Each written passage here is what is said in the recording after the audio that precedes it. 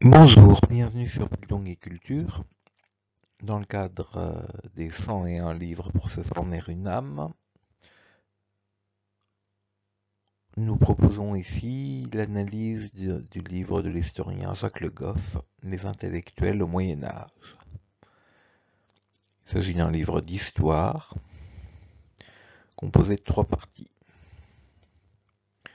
Le thème principal en est la figure de l'intellectuel dans son apparition et sa disparition.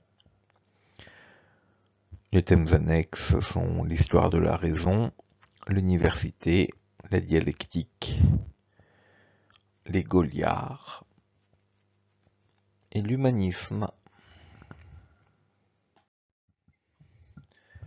Contexte historique. Dans la France de l'après-guerre, la figure de l'intellectuel est bien présente. Jean-Paul Sartre domine peut-être la scène, mais bien d'autres noms pourraient être cités. L'historien Jacques Le Goff, médiéviste impénitent et passionné, montre comment cette figure de l'intellectuel a pris naissance au Moyen Âge selon des modalités tout à fait particulières qu'il convient de décrire. L'intrusion de l'historien est décisive sur plusieurs points. D'abord, il décrit un monde quelque peu à part. La peuplade des gens de l'esprit et de la culture, dont les conditions d'émergence sociale et matérielle sont bien spécifiques. Ensuite, il propose une sorte d'histoire de la raison, qui possède une originalité propre. Cette histoire n'est pour une fois pas écrite par des philosophes, comme Kant, Hegel, Heidegger, mais par un historien. Dans le paysage intellectuel français de l'époque, une telle position pouvait détonner. Elle reste remarquable. Pourquoi lire ce livre aujourd'hui ? Dans le principe de raison de Martin Heidegger, nous trouvons cette question qu'on pourrait trouver anecdotique. L'université d'aujourd'hui repose sur le principe de raison. Comment imaginer cela ? L'université fondée sur le principe de raison. Pouvons-nous permettre une telle affirmation ? Telle est la question posée par Heidegger. Naturellement, les époques ne sont pas les mêmes. Heidegger écrivait en plein XXe siècle.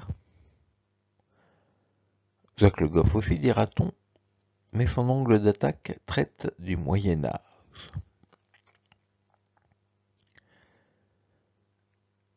Le livre de l'historien possède ici un merveilleux avantage. Lui aussi retrace l'histoire de la raison, mais il lui donne un contenu historique concret en l'inscrivant dans l'évolution sociale de l'époque. L'université est ici le centre de la réflexion, même si l'ouvrage commence avant l'apparition des premières universités européennes. Après un bref aperçu de la Renaissance carolingienne, que Jacques Le Goff ne nie pas, au contraire de certains de ses confrères médiévistes,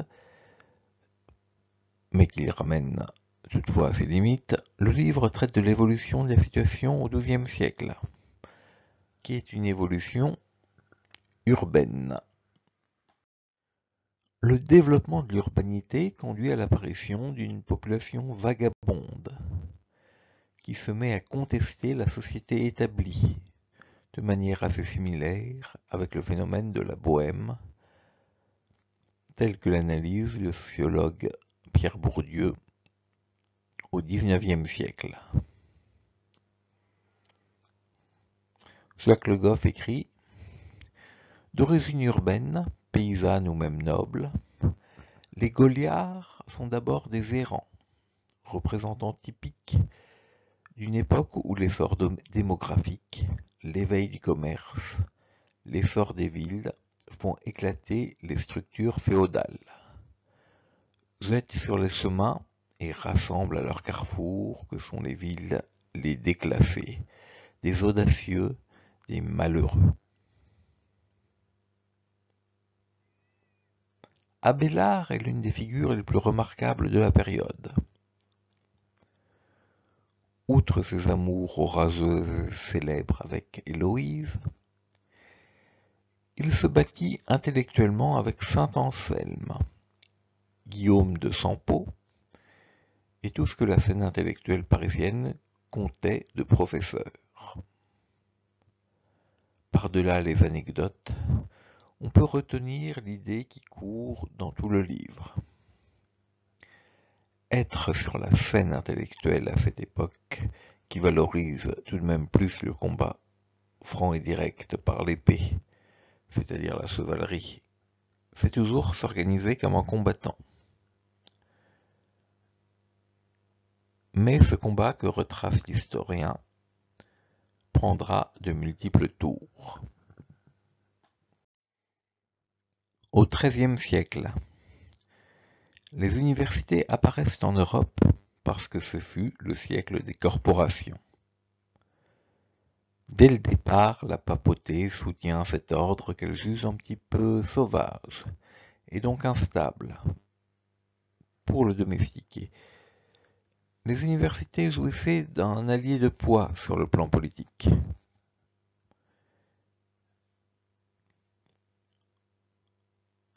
Le Goff signale, mais elle paye cher cette conquête.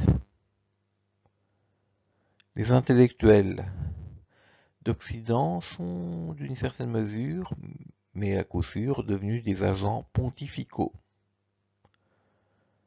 Le monde intellectuel n'y a pas nécessairement perdu. La scolastique et sa méthode a réussi à imposer la marque de la raison à l'Occident jusqu'à, on peut sans doute le dire, aujourd'hui. L'université possédait, à ce moment-là, une forme qu'on peut qualifier de relativement démocratique. Mais comme toute bonne démocratie, elle fut au siècle suivant prise d'assaut par les oligarques. Ceci se passa au XIVe siècle, comme le souligne Jacques Le Goff, qui dit « Cette constitution d'une oligarchie universitaire, en même temps qu'elle contribuait singulièrement à abaisser le niveau intellectuel, conférait au milieu universitaire un des caractères essentiels de la noblesse, l'hérédité. Il en faisait une caste. »